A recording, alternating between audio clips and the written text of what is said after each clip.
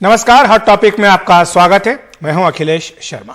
मध्य प्रदेश के सतना में मैहर में मां शारदा शक्तिपीठ के दर्शन के लिए रोपवे से जा रहे श्रद्धालु उस समय मुश्किल में फंस गए जब रास्ते में केबल कार रुक गई। इस दौरान मौसम बेहद खराब था, तेज हवाएं चल रही थी।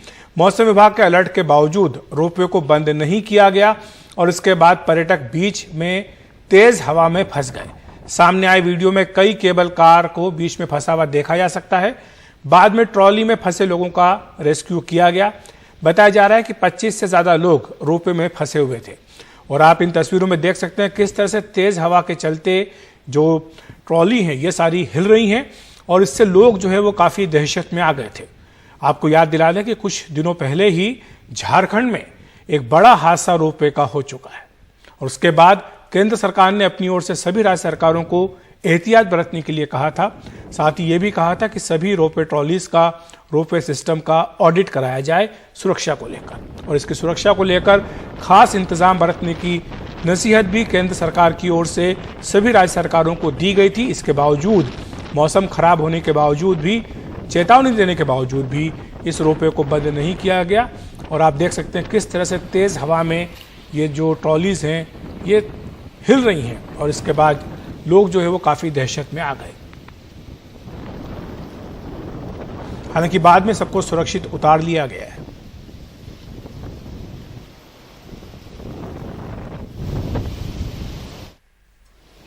अमेरिका, जापान और ऑस्ट्रेलिया के साथ क्वाड सम्मेलन में हिस्सा लेने के लिए प्रधानमंत्री मोदी आज सुबह टोक्यो पहुंचे। वहां एयरपोर्ट पर उनका जोरदार स्वागत किया गया। इसके बाद उन्होंने विभिन्न कार्यक्रमों में हिस्सा लिया है। चीन के बढ़ रहे दबदबे पर लगाम कसने के लिए अमेरिका ने एशिया में एक नया इकोनॉमिक फोरम बनाने की दिशा में आगे कदम बढ़ाया है और इसी के लिए इंडो पैसिफिक इकोनॉमिक फ्रेमवर्क को लॉन्च किया गया। इस मौके पर अमेरिका के राष्ट्रपति जो बाइडेन के अलावा जापान के प्रधानमंत्री किशिदा फुमियो और प्रधानमंत्री नरेंद्र मोदी भी मौजूद थे। बाद में पीएम जापान के बड़े कारोबारियों से भी मिले। इसके बाद पीएम मोदी ने यहां भारतीय समुदाय को संबोधित किया। उन्होंने कहा कि भारत की विकास यात्रा में जापान की भूमिका बेहद महत्वपूर्ण है। भारत आत्मनिर्भरता के संकल्प के साथ आगे बढ़ रहा है। पीएम मोदी ने कहा कि मुझे मक्खन पर लकीर खींचने में मजा नहीं आता, मैं पत्थर पर लकीर खींचता हूं। हम आत्मनिर्भरता के संकल्प के साथ आगे बढ़ रहे हैं। संस्कार मिले हैं। जिन जिन लोगों ने मुझे गढ़ा है उसके कारण मेरी भी एक आदत बन गई है। मुझे मक्खन पर लकीर करने में मजा नहीं आता है, मैं पत्थर पर लकीर करता हूं। भारत ने दुनिया के देशों में दवाएं भेजी। जब वैक्सीन्स अवेलेबल हुई तो भारत ने मेड इन इंडिया वैक्सीन्स अपने करोड़ों नागरिकों को भी और दुनिया के 100 से अधिक देशों को भी भेजी। भारत की विकास यात्रा में जापान की महत्वपूर्ण भूमिका रही है। जापान से हमारा रिश्ता आत्मीयता का है, अध्यात्म का है। जापान से हमारा रिश्ता सहयोग का है, अपनेपन का है और इसलिए एक प्रकार से इस रिश्ता हमारा सामर्थ्य का है। ये रिश्ता सम्मान का है और ये रिश्ता विश्व के लिए साझे संकल्प का भी है। जापान से हमारा रिश्ता बुद्ध का है, बोध का है, ज्ञान का है। दिल्ली में बीजेपी के शीर्ष नेताओं की 4 घंटे से भी अधिक समय तक बैठक चली है। इसमें गृह मंत्री अमित शाह, बीजेपी अध्यक्ष जेपी नड्डा और संगठन महासचिव बीएल संतोष मौजूद थे। बीजेपी अध्यक्ष जेपी नड्डा के घर पर यह बैठक हुई। माना जा रहा है कि राज्यसभा चुनाव में उम्मीदवार तय करने को लेकर चर्चा हुई है। राज्यसभा की 57 सीटों के लिए 10 जून को चुनाव होना है और कल से ही इसके लिए नामांकन शुरू हो जाएगा। राष्ट्रपति चुनाव से ठीक पहले होने वाले ये राज्यसभा के चुनाव काफी महत्वपूर्ण माने जा रहे हैं।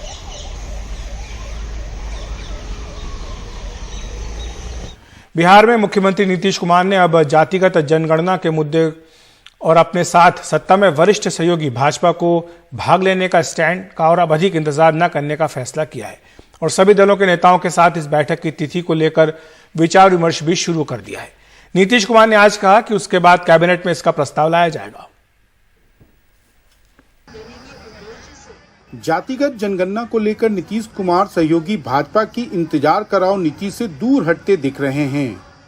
उन्होंने सर्वदलीय बैठक के लिए तारीख के बारे में विचार विमर्श शुरू कर दिया है। नीतीश का ये कदम इसलिए अहम माना जा रहा है कि पिछले शुक्रवार को लालू यादव के आवास पर छापेमारी के बाद माना जा रहा था कि इस मुद्दे पर वो अपना कदम वापस खींचेंगे।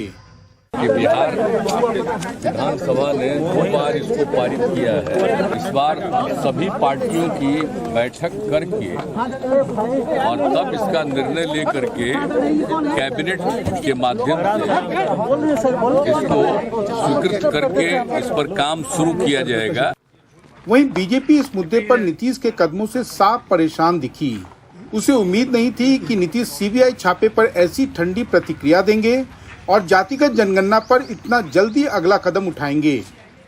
सीधे बताया ना कि हम लोग का विमर्श चल रहा है, इस पर जल्द हम सब निर्णय लेंगे। जो सर्वदलीय बैठक होगी उसमें बताएंगे या उसके पहले बताएंगे? सर्वदलीय बैठक के लिए तो मुख्यमंत्री बोले ही हैं, उसमें फिर कई उनके पहलुओं पर विचार किया जाएगा, फिर निर्णय लेंगे।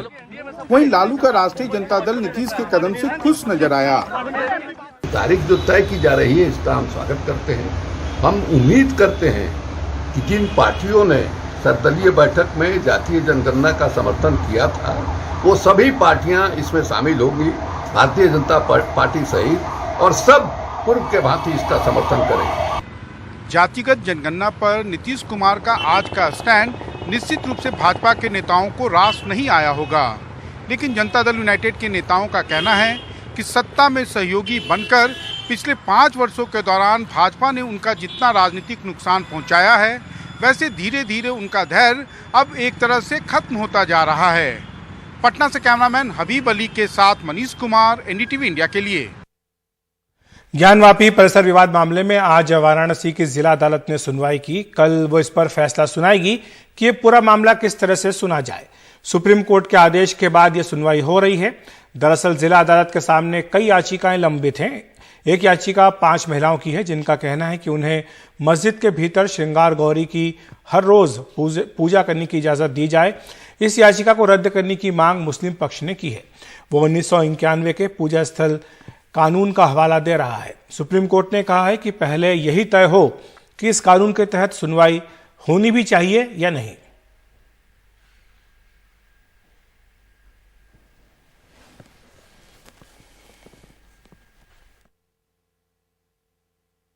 हमने कोर्ट से ये आग्रह किया कि कमीशन की रिपोर्ट की वीडियोग्राफी, फोटोग्राफी हमें प्रोवाइड की जाए और उसके बाद अगर उनको उस पर कोई ऑब्जेक्शन है तो वो आपत्ति दाखिल करें और फिर 7/11 की एप्लीकेशन डिसाइड हो जाए। माननीय न्यायालय ने दोनों पक्षों को सुनने के बाद अपना ऑर्डर रिजर्व रखा है और इसमें आगे क्या प्रोसीजर अपनाया जाएगा ये माननीय न्यायालय कल उसमें अपना ऑर्डर पास करेगा। अगली सुनवाई की डेट क्या होगी ये भी कल पता चलेगा। जजमेंट कल कितने बजे होगा ये कोई नहीं बता सकता। एक तो सुप्रीम कोर्ट ने दिशा निर्देश तय कर दिया है कि 7/11 की सुनवाई पहले होगी।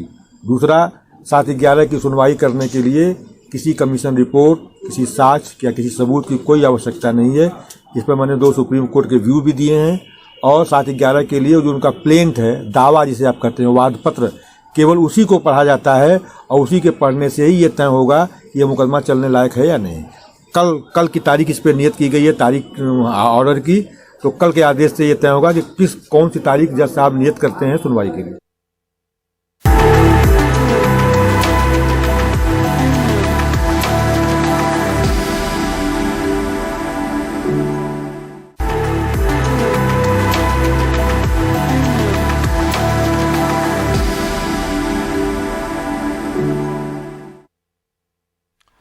यूपी विधानसभा में बजट सत्र की शुरुआत हंगामेदार रही है। 26 मई को वर्तमान वित्तीय वर्ष के लिए करीब 6 लाख करोड़ का बजट प्रस्तुत किया जाएगा। लेकिन उससे पहले आज समाजवादी पार्टी के विधायकों ने महंगाई तथा अन्य मुद्दों को लेकर विधानसभा के अंदर जमकर हंगामा किया। इसी दौरान विधानसभा अध्यक्ष सतीश महाना ने आजम खान और अब्दुल्ला आजम को शपथ दिलाई। जेल में बंद होने की वजह से आजम खान शपथ नहीं ले पाए थे। जमानत मिलने के बाद आज वो शपथ लेने के लिए विधानसभा पहुंचे।